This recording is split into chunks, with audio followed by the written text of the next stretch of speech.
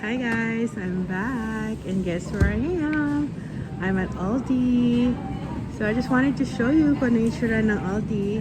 Aldi is a grocery store and Aldi owns Trader Joe's. So ang mga stuff dito mostly, mga chocolates and other products made in the US and then made in Germany. Lalo na yung mga chocolates.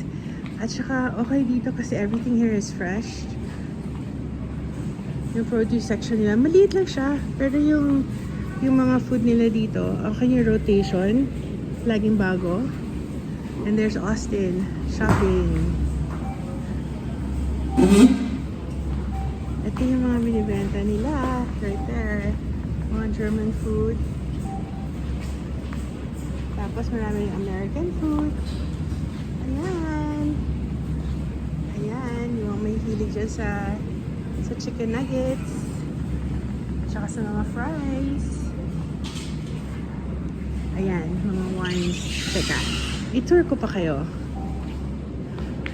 So this Aldi right here is located in Huntington Beach.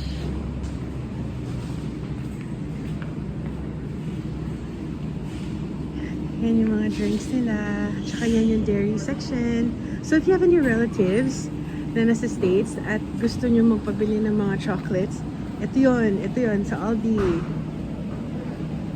Ito yung mga chocolates nila, oh.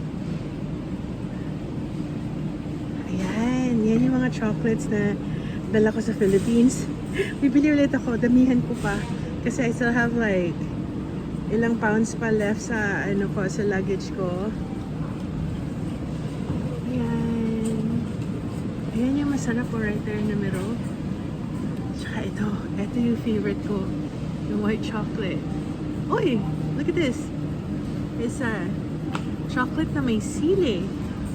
Yung mga Bicolano dyan. Ayan, gusto ni Austin yan. Wait, this one is new. Haven't seen this one. Tapos yan pa. Tapos sa bottom, yan. Dala din ako niyan. That one is really good. Tsaka ito, nagdadala rin ako niyan. That one is really good din. Tsaka yan.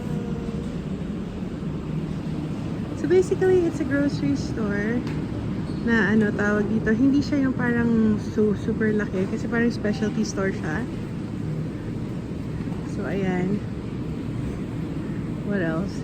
That's about it. I just wanted to show you kung ano yung itsura ng Aldi. Ayan. Just wanted to show you guys.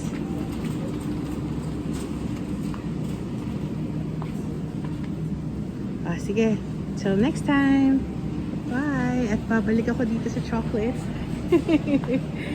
Hanap tayo ng chocolates. Bili ulit tayo. Okay guys, see you. Bye.